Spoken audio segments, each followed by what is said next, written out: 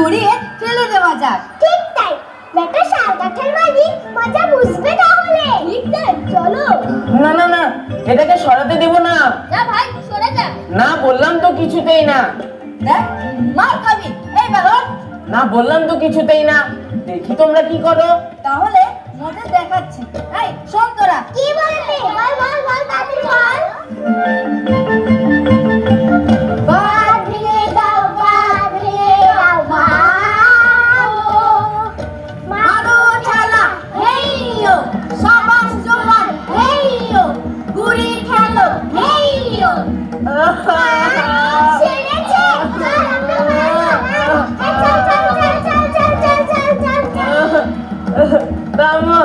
মাকে বলে তোমাকে দেখাচ্ছি মজা, আমাকে মারলে তুমি।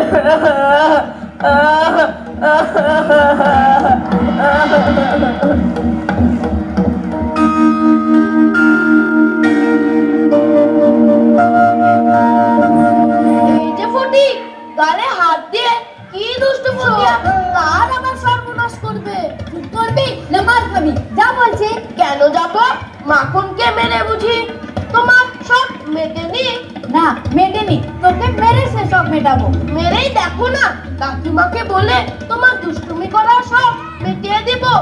তবে রে, বাঁচাও বাঁচাও, কাকিমা জানো, বাঁচাও, কাকিমা মারলো, বাঁচাও বাঁচাও।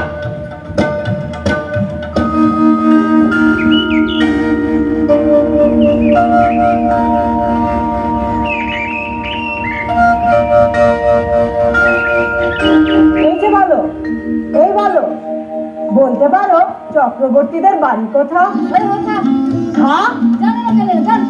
এ কেমন ছেলে রে বাপু?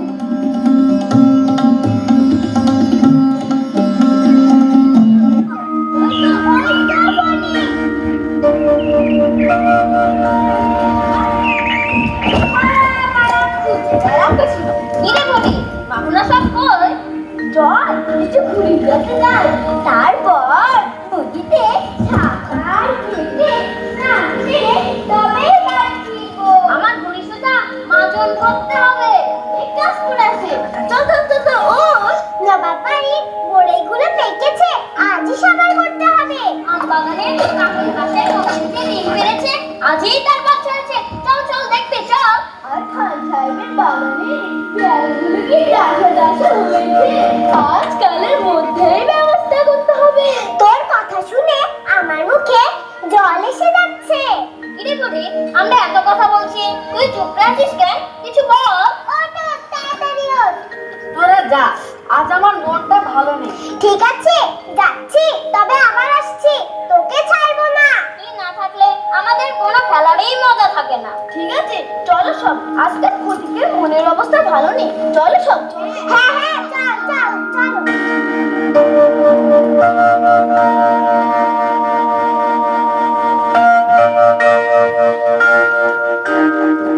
ফটিক দাদা, ফটিক দাদা, ফটিক দাদা, ফটিক দাদা, এই যে ফটিক দাদা, ফটিক দাদা, মা তোমাকে ডাকছে। যাবো না, যাবো না, যা। কেমন করে নিয়ে যেতে হয় এই দেখো। ছাড় বলছি, ছাড়, ছাড় বলছি, ছাড়, ছাড়, ছাড় বলছি, ছাড়, আমি যাবো না। তাড়াতাড়ি চল, ছাড়, চল, ছাড়, চল।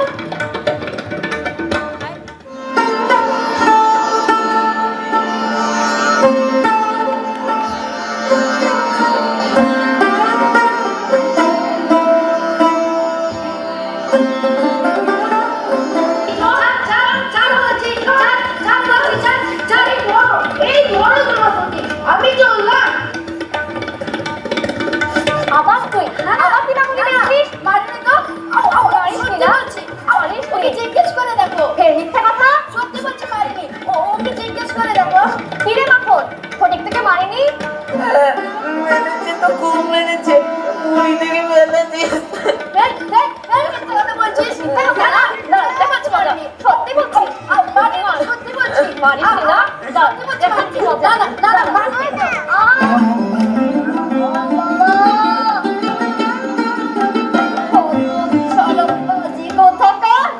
আজ থেকে আমি মেরেই ফেলবো।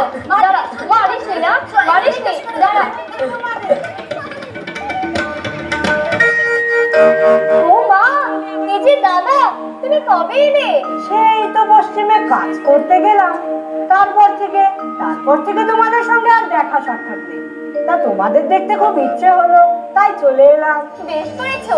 এই মাখন ফটিক, এই তোদের মামা, প্রণাম কর। না না না, থাক। এর মধ্যে কত কি হয়ে গেল, জামাই বাবু চলে গেলেন। থাক দাদাও সব কথা। চলো ভেতরে চলো। তুমি হাত মুখ ধুয়ে নাও, আমি তোমার জল খাবারের ব্যবস্থা করছি। আয় তো বাবা ফটিক মাখন, তোর মামার খাবারের ব্যবস্থা করি। চলো দাদা, ভেতরে চলো।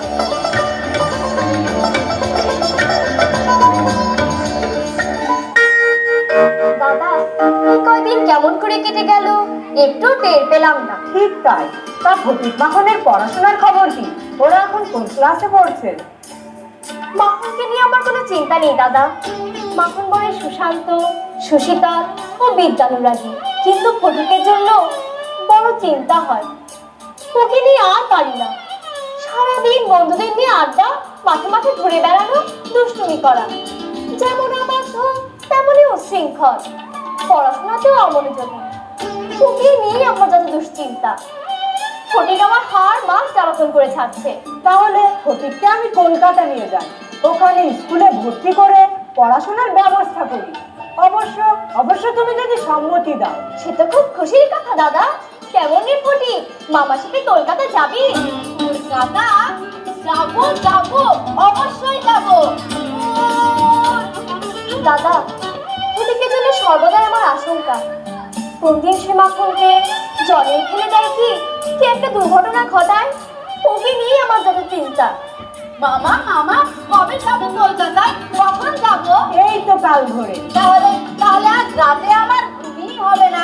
এই যে ভাই মাখন, এই নে আমার নাটাই, ঘুড়ি, ছিপ, লাঠি এসব আজ থেকে তোর। ও বাবা, এবার কে নেবে না তো? না একেবারেই দিয়ে দিলাম। কি মজা! চলো দাদা, তাড়াতাড়ি খেয়ে শুয়ে পড়, কাল সকালে আবার ট্রেন ধরতে হবে। হ্যাঁ, চলো।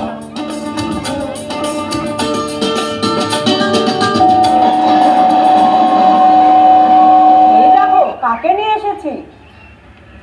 এ হচ্ছে ফটিক, এখন আমাদের সঙ্গেই থাকবে। আমাদের ছেলে মেয়েদের সঙ্গে স্কুলে যাবে, লেখাপড়া করবে। সে আবার কে? আমার একমাত্র ভগ্নির জ্যেষ্ঠ পুত্র। তোমার কোনো কাণ্ড জ্ঞান নেই। এমনি আমি ছেলে মেয়েদের হিমশিম খাচ্ছি, তার মধ্যে আরে কাপড় দিলে ঘরে ঢুকালে। আপদ নয়। দেখো, ফটিক একদিন পড়াশোনা করে মানুষের মতো মানুষ হবে, আমাদের সবার মুখ উজ্জ্বল করবে, এ তোমার বলে রাখলো। মানুষ হবে না হাতি হবে, সে সময় বোঝা যাবে। আমার অনেক কাজ করে আছে, আমি চললাম। এই চল সব, খালি খেলা আর খেলা।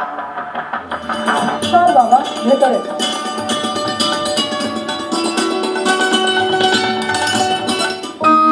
জানো মা, আজ না ফটিক দাদা মাস্টারমশাইয়ের কোনো প্রশ্নের উত্তর দিতে পারেনি। কেন, কি হয়েছে?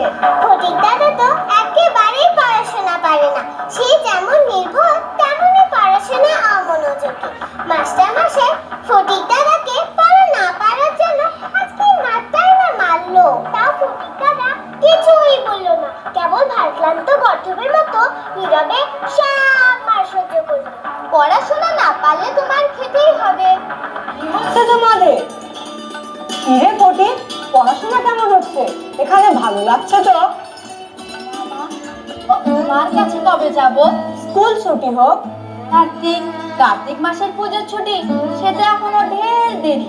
জানো বাবা, ফটিক দাদা ক্লাসে একদম পড়াশোনা পারে না। তাই তো মাস্টার মশাই ফটিক দাদাকে শুধু মারধর আর অপমান করে।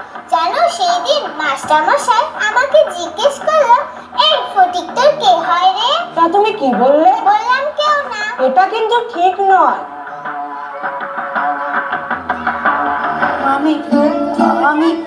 আমি আমার স্কুলের বই হারিয়ে ফেলেছি। বেশ হয়েছে, আমার তো